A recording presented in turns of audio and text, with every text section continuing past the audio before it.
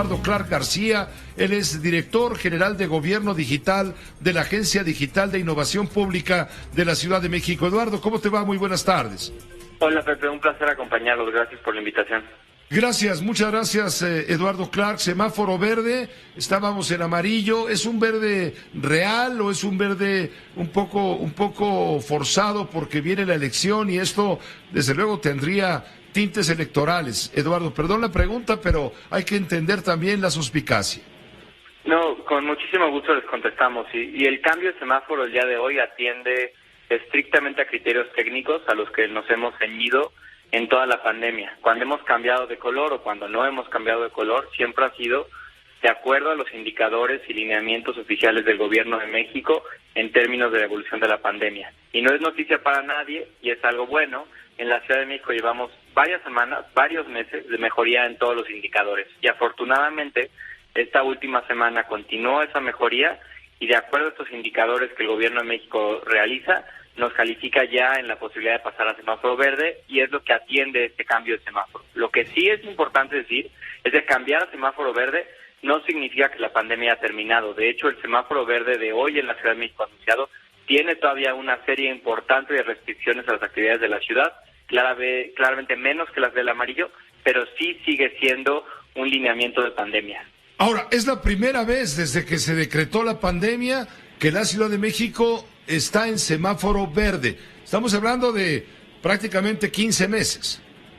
Es correcto. El semáforo epidemiológico entró en vigor a partir del 22 de mayo del año 2020. En ese momento entramos en rojo, a la semana pasamos a naranja, y entonces prácticamente es un año, un poco más de un año desde que entró en vigor el semáforo en el país a partir del plan de regreso a la nueva normalidad. Son 13 meses entonces, si consideramos mayo, Eduardo Clark, son 13 meses. Y entonces, ¿qué implica este regreso al semáforo verde? ¿Ya podemos hacer nuestras actividades como antes o no? Porque hay restricciones aún.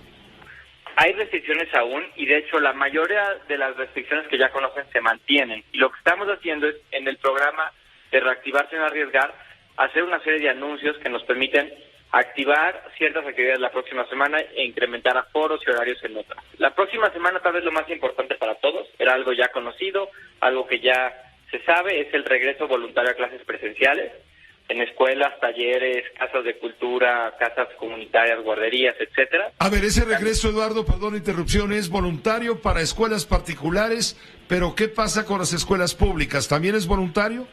También es voluntario para tanto el personal como los mismos alumnos. Ellos pueden elegir, decidir ir a la escuela bajo las reglas y lineamientos que hemos establecido de grupos iterados 2 días a la semana, una parte del grupo, 2 días otra, pero es una decisión que cada persona tendrá que tomar de acuerdo a lo que ellos consideren lo correcto para su caso específico. Y de acuerdo a lo que se considere, tanto ir como no ir no haga perjuicio para ninguna persona.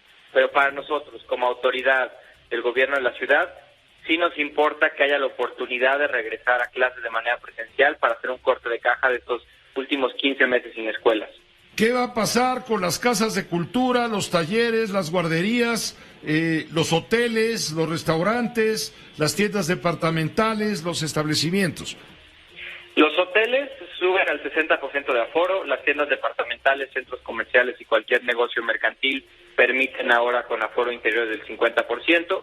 Los restaurantes ahora pueden abrir con 50% de aforo a interiores hasta las 12 de la noche. Es un incremento importante comparado a lo que hemos visto los últimos meses. Y también permitimos fiestas en salones de actividades y fiestas en interiores con ciertos lineamientos sobre el número de personas de acuerdo al tamaño del lugar. Eso es lo que a partir del lunes se reactiva. Si la tendencia sigue siendo favorable y sigue bajando, tenemos ciertas actividades planeadas para el 14 de junio, como incrementar el aforo de eventos deportivos al aire libre, como pueden ser los estadios de fútbol, las plazas de toros al 50%, clases grupales en gimnasios, congresos y convenciones, y el 21 de junio, si sigue a la baja, también hablar de eventos de entretenimiento en espacios cerrados al 25%, por ejemplo, la lucha libre es uno que me viene aquí a la mente, y incrementar aforo en cines y teatros al 50%, siempre y cuando, Pepe, y esto lo tiene que tener claro el auditorio, siempre y cuando siga la tendencia a la baja y se mantenga en el tiempo. Es decir, si la final del campeonato de fútbol hubiera sido 8 días después se podría haber congregado un 50% de aficionados en el Estadio Azteca, por ejemplo, se me ocurre. Es correcto, y es un ejemplo bueno de cómo opera el plan de regreso de actividades de la ciudad. Es un plan progresivo. Empezamos, vemos con 25% de aforo en los estadios, si la gente está siguiendo los lineamientos, si vemos algún riesgo sanitario, y si sigue a la baja la tendencia y no tenemos mayor problema en términos de la operación, pues podemos seguir incrementando. Así será para el resto de las actividades. Hasta el momento, todo el mundo queremos que sea pronto, en el cual podamos ya regresar a la normalidad previa a la que teníamos antes de la pandemia. ¿Qué pasa con las clases grupales en gimnasios, los congresos, las convenciones? También el aforo va a ser limitado en tiempo y en cupo. Es correcto. En términos de clases de gimnasios, lo que más nos importa de las clases de actividades grupales, desde clases de pilates, yoga, box, que ustedes saben es una parte importante del negocio de los gimnasios, ellos lo importante tiene que ver con el número de asistentes máximo 10 personas por clase, siempre y cuando haya una distancia de 15 metros cuadrados por persona, que es un cálculo que se ha hecho que nos permite que haya sana distancia entre las personas y minimizar los riesgos de contagio. Esto para clases grupales en gimnasios. Exposiciones y centros de congresos, algo similar, máximo 100 personas en estos congresos, garantizando 9 metros cuadrados por persona. A ver, ¿qué va a pasar con los teatros y con los cines, por ejemplo, que son un espectáculo recurrente? Si sigue la tendencia a la baja, que es lo que todos queremos, a partir del 21 de junio, que sería de este lunes en 15, estaríamos permitiendo 50% de aforo en esos dos negocios. En cines y en teatros el 50% hasta el 21 de junio, de aquí en 15 días. Es correcto, siempre y cuando se mantengan los indicadores de manera favorable. Esto es algo a recalcar. Si la próxima semana, nadie quiere aquí enfrente a mí toco madera, pero si la próxima semana viéramos un repunte de casos, un incremento de las hospitalizaciones, estaríamos dándole freno a este programa de reactivar sin arriesgar por lo menos una semana para evaluar si esta tendencia se vuelve a corregir y va a la baja o vuelve a subir y tenemos que tener otras medidas. Entonces, por eso, este es un plan tentativo y un plan que depende de los indicadores de la ciudad, pero sí queríamos dar una hoja de ruta de lo que prevemos puede ocurrir en la ciudad si siguen las tendencias favorables. ¿Qué pasa con antros y bares? ¿Siguen cerrados? Desafortunadamente sí, y esto refleja que el semáforo verde sigue siendo un semáforo epidemiológico dentro de una pandemia global. Significa que mientras tengamos un color de semáforo, aunque sea el color verde, que es el más favorable de los niveles de riesgo, sigue habiendo restricciones. Y una que en este momento todavía no estamos listos para reactivar es el sector de antros y bares por el riesgo que conlleva. No es algo que descartemos en el verde, pero es algo que todavía requiere no solo mejor planteamiento de protocolos, procesos, mecanismos de identificación de contagios, pero también un poco más de tiempo para que los contagios en la ciudad ojalá continúen bajando y la probabilidad de interactuar en nuestros espacios con un positivo sea aún menor. ¿Ya puede haber música en los restaurantes? ¿Ya van a dejar fumar en las áreas permitidas o todavía no? Ese es un lineamiento que continúa por ahora. ¿Por qué no dejan fumar? Es una pregunta. En ese sentido, en ciertos lugares el tema del humo y de los aerosoles es muy... O sea, en el tema de los aerosoles es similar al del humo. Puede ser un vector de contagio también. Entonces, por eso hemos sido cautelosos en ese sentido.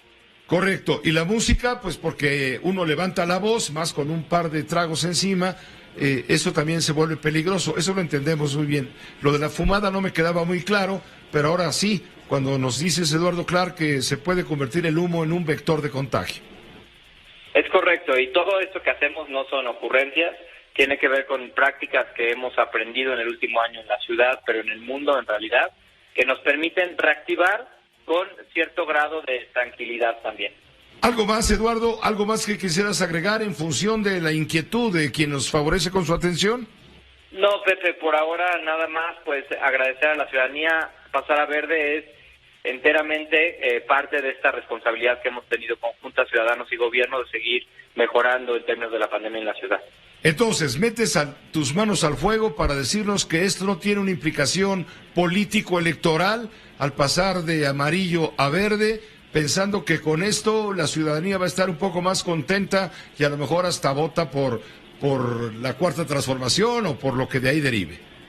Yo lo que les puedo decir es, hemos venido informando todo el año, espero, Pepe, en los espacios que me has conferido haya sentido que todos los criterios cuando yo platico de lo que ocurre en la ciudad son puramente técnicos, y esta decisión de este viernes es también puramente técnica, es una coincidencia que ha ocurrido esta semana, lo habíamos adelantado ya desde hace varias semanas de que estábamos en una senda de mejoría, y la razón por la que cambiamos hoy fue porque los indicadores de ayer, en términos técnicos, ya nos permitían cambiar de color. Muchas gracias, Eduardo, como siempre. Es un gusto escucharte. Hasta luego, Pepe. Un abrazo. Esta fue una producción de Grupo Fórmula. Encuentra más contenido como este en radioformula.mx.